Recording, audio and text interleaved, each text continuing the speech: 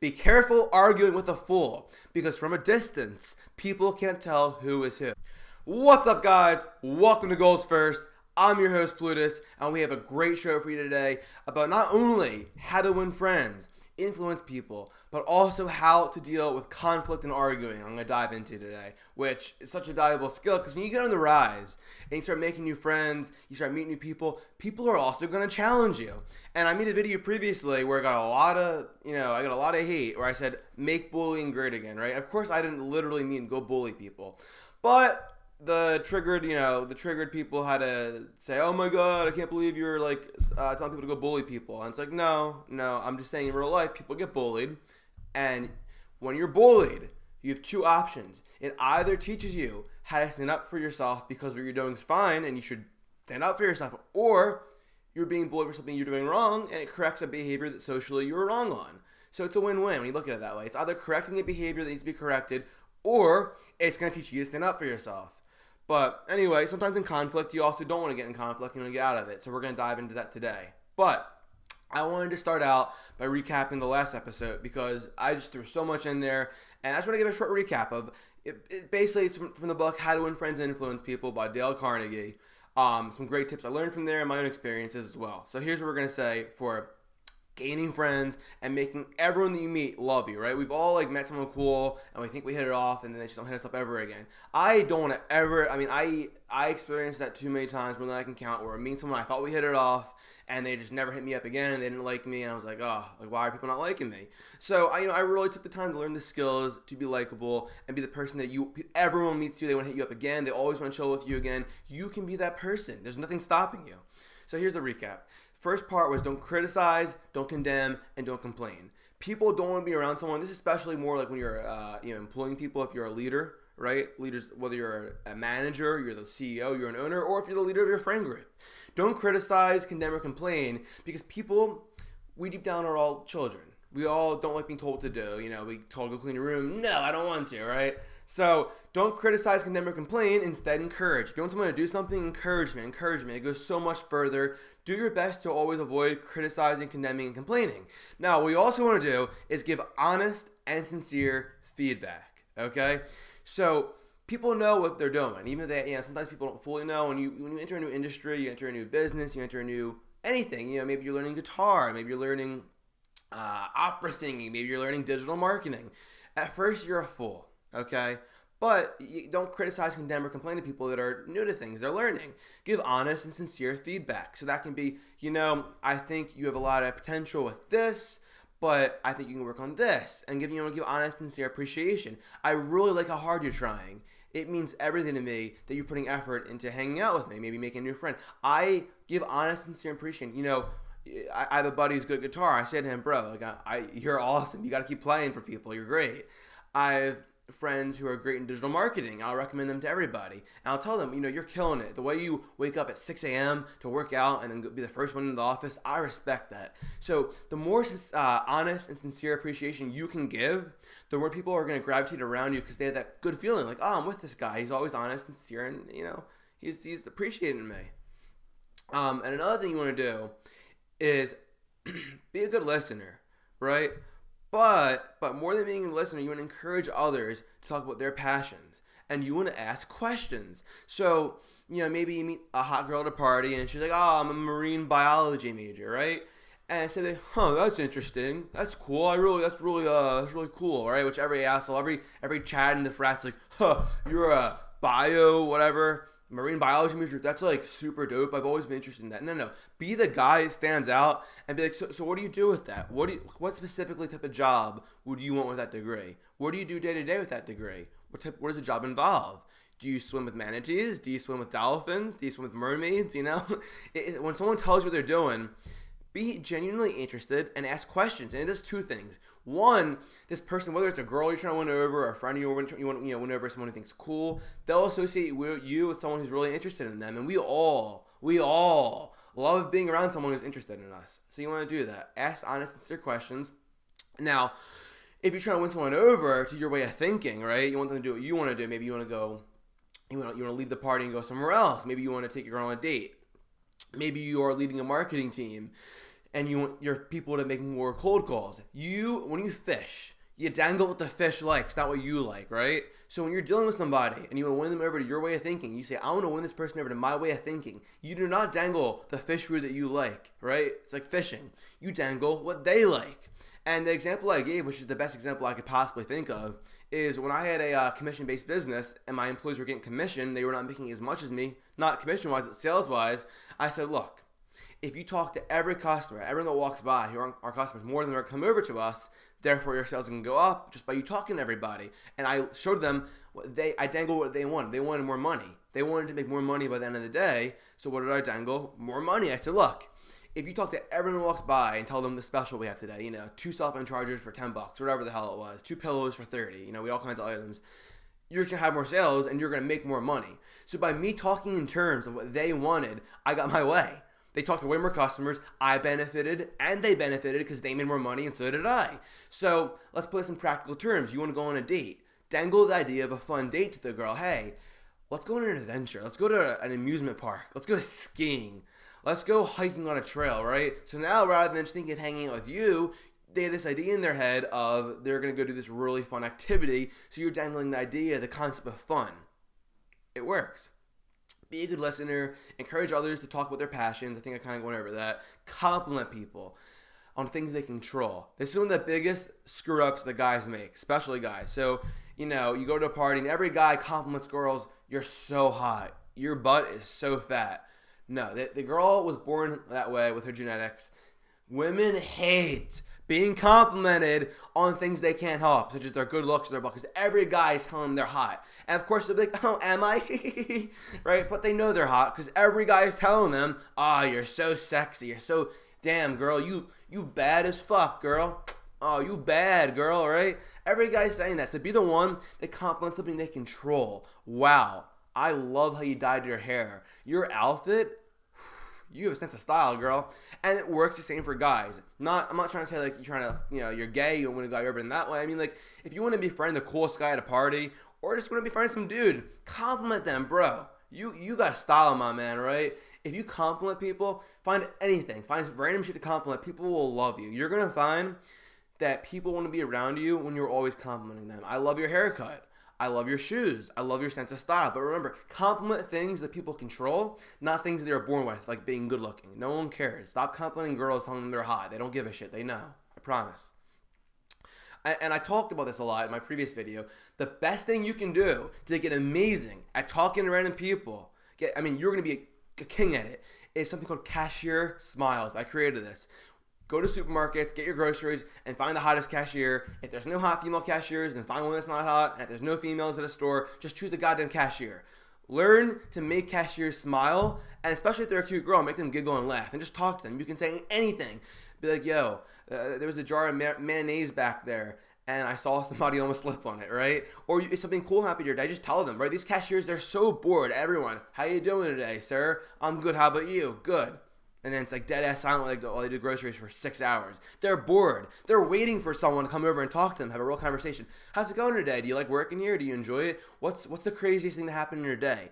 If you can learn to always make cashiers smile, talking to people, and whether it's trying to get new girls in your life, trying to get hot girls, or making new friends, networking, winning over the coolest dude in the party, will come natural to you because you have gained the skill of making a cashier smile. So like by comparison at a social event, it will be easy peasy. And that's really the summation of last episode. So I'm going to move on now to transitioning to dealing with conflict and arguments. Because now let's say you gain all this skill of being really good socially and you win people over, people want to be your friends because you're complimenting them. You're giving major compliments. You're talking about what they want to talk about. You're asking questions. You're giving them sincere appreciation for what they're doing. And you're also winning them over to your way of thinking because you're not criticizing, condemning, or complaining. You're only pointing out what they do good, right? So now you have all this, but now there's going to be conflict in your life. So how do you deal with conflict? So there's actually, I'm going to start with a quote by Mark Twain, right? One of the greatest American writers of all time, Mark Twain. I hope you know who he is. He says, be careful. This quote's gonna like kind of start the whole ball rolling here. Be careful arguing with a fool, because from a distance people can't tell who is who. I repeat, be careful arguing with a fool, because from a distance people can't tell who is who. So what does this mean? I'm going to give an example. Politics, right? And I'm not going to get into my view because my view doesn't really matter here. But let's assume you're arguing a political topic and you know the other side is just a retarded idea, right? Like what they're saying is just idiotic. And usually they're just misinformed. They don't mean it. They're not stupid. They're misinformed. But if you guys get in a yelling match about politics, from a distance, what people see is just two idiots arguing about politics. One guy saying healthcare should be free, and the other guy saying, dude, are you an idiot? Free healthcare literally doesn't exist. It's just taxpayer dollars being redistributed. And they both look stupid because one guy's saying screw free healthcare because he looks like an asshole, and the other guy's saying everything should be free, so he looks stupid. So be careful. Arguing from a distance, you can't tell who's the fool. Or be careful arguing with the fool because from a distance you can't tell who's who, right? So avoid these arguments, and instead what you want to do is what I talked about earlier. Ask the person how they got to their view. Be like, hey man, how did you get that view? You believe in free healthcare? That's really interesting. What makes you think that? Have you ever thought about the fact that that's really just the taxpayers being redistributed? You're fine with that? Okay, I respect that, right? So just be careful getting these traps where you're arguing and there's people watching you guys and you just look like an idiot. I'll give you a good example too. So when the pandemic first started, I had connections with the masks, the blue masks, right? So I had connections to wholesalers, and I started selling these blue masks, which I was doing a public service to the people, right? I was getting these masks to businesses that couldn't get them. And I had multiple people hit me up, and I'm not hating on you guys if you see this. You just didn't understand how things work. Hit me up and go, how dare you sell masks during a pandemic? How dare you take advantage of a pandemic, right? So I got caught in this stupid trap where I would argue with them, and we both looked stupid because they were playing the frame that I'm an asshole for taking advantage of the pandemic and selling masks. And the truth was, they just didn't understand how business works. Wholesalers buying blue masks created a demand where they were producing masks, so they produced more masks. If private businesses weren't buying masks for wholesale, they wouldn't be producing them in the factories, and there'd be less masks. So we were actually adding to the supply. This is like basic business. But someone who's not a business major might not understand that, and they just think you're taking advantage of a pandemic, which wasn't the case. But that's the point. From a distance, we just look like two idiots arguing about masks, and I look like the fool because they had the foolish perspective of you're just taking advantage of a pandemic. And in reality, it's like, look, if wholesalers are buying masks to sell them, then manufacturers aren't going to produce them. So be careful of that trap. And Ben Franklin, right? Ben Franklin, who we all know, has a great quote about this as well. Ben Franklin said, if you argue and rankle and contradict, you may achieve a victory sometimes. I repeat, if you argue, rankle, and contradict, you may achieve a victory sometimes, but it will be an empty victory because you will never get your opponent's goodwill. So what does this mean? So if you're just going for the win, right? Rather than trying to really talk about it with a person, you guys do an argument or a debate and really try to understand their point of view. If you're just trying to win, you might win. But now your opponent, you lost their goodwill because they think you're an asshole. You made me look stupid. And maybe the person was stupid. But it's better to be the person who really has a conversation than to win an argument because you don't want to lose people's goodwill and that feeling of wanting to be around you. Because the way I am, I argue with my friends all the time, but they walk away feeling like, that was kind of fun. Like he engaged with me. He let me express my point of view first. He really understood my point of view. And once he understood my view, he then presented his view. I don't really agree, but it's fair. Versus that asshole, I'm just angry. Because when people lose an argument, they just feel angry. That's all they're going to associate you with is the angry feeling. And it's true.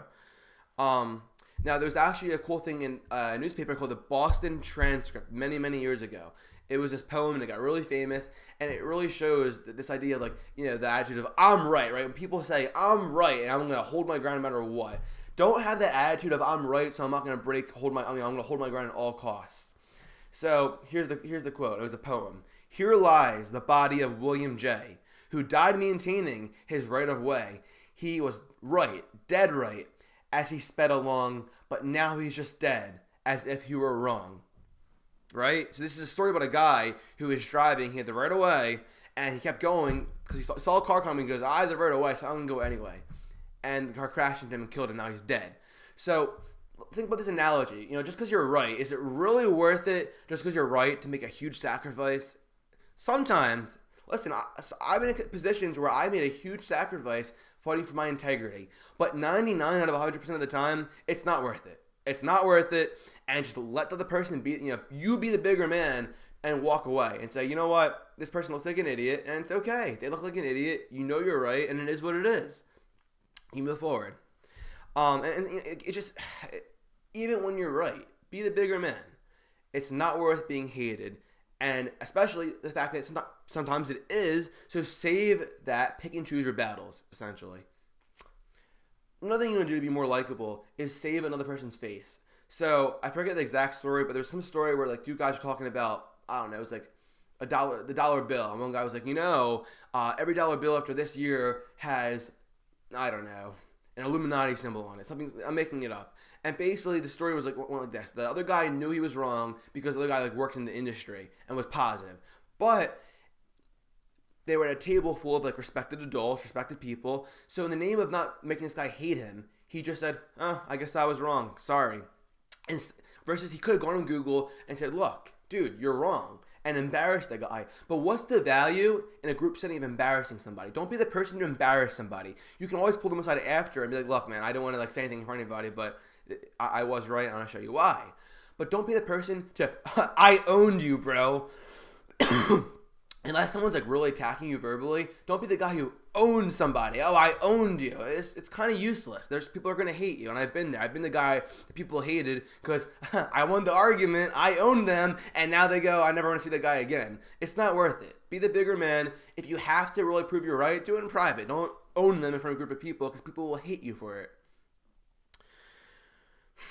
Another thing I learned, this is from the 48 Laws of Power by Tom Green, I believe his name is. I might be butchering the name there. But anyway, never outshine the master. Never, you want to be liked, be loved, and people will always be around you, and you want to have high-value friends. If you want to have high-value friends, never outshine the master. Don't be the guy to showing them how you did better than them, okay? In the book, The 48 Laws of Power, they give this example of this guy who was like the one man down below the king, and he threw the king this amazing party, and I think he got a statue made, and basically he did everything perfectly. And he used like the town's like monetary system to pay for the party, and the king got this guy thrown in jail for life for stealing the money that the king told him to go get and use for the party, because this guy won up the king. He did everything so great and so much better, and he was bragging, right? He basically was the center of attention at this king's party. The king was like, fuck you, screw this guy. And the king literally got this guy thrown in jail. And then I think in the story, there was another guy who did something similar, and the king got him killed after. Like Lord Farquaad or something like that. I forget, I'm probably butchering. Isn't that from Shrek? Oh, my bad. But you get the point. The king like had this guy killed because you one-upped them. Don't one-up people. Even the most confident alpha males. You think someone's like the man, they're so confident, they're never going to feel insecure. Everyone gets insecurity. We all do. So don't never outshine the master. If you want to be around high-value people, let them always be the one that feels like they're superior. Just let them. They'll love you for it because they feel like they're the leader. And that's the way to keep high-value friends around you, is by letting them be the master. It's true.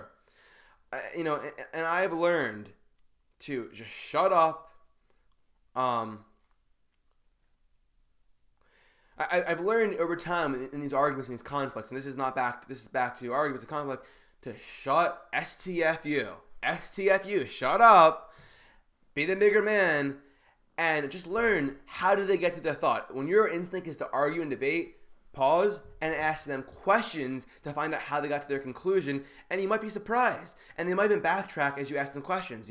Maybe you can point out something. Like, let's say they're saying, I want free healthcare. Maybe you can point out, well, it's not free, right? Who do you think's paying for it? And they'll go, I guess taxpayers. So you go, so it wouldn't be free. It'd be just redistributed money to pay for taxpayers, or from taxpayers rather. And they go, I never thought of it that way. You're right, it is. Asking questions and figuring out how they got to their conclusion will always do you better.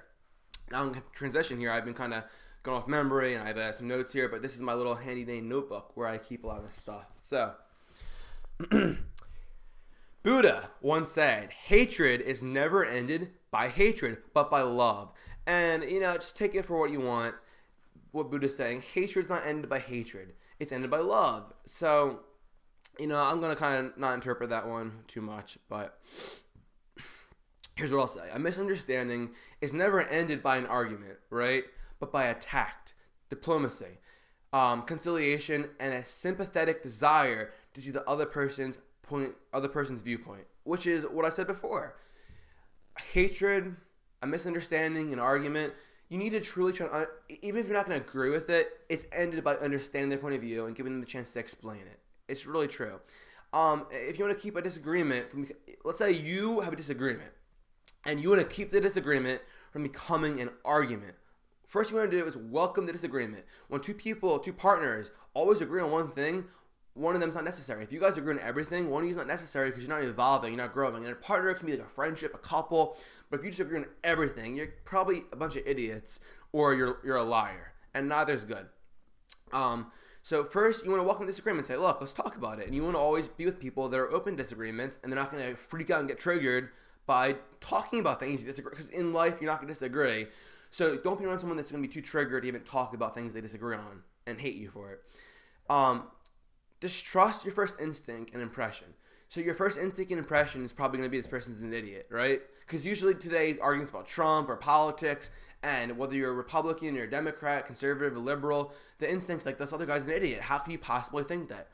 Don't go on that first instinct. Give them a chance through questions to figure out how they got to the point of view and why. And maybe even if you disagree, there's actually an intelligent reason why they got to that point of view.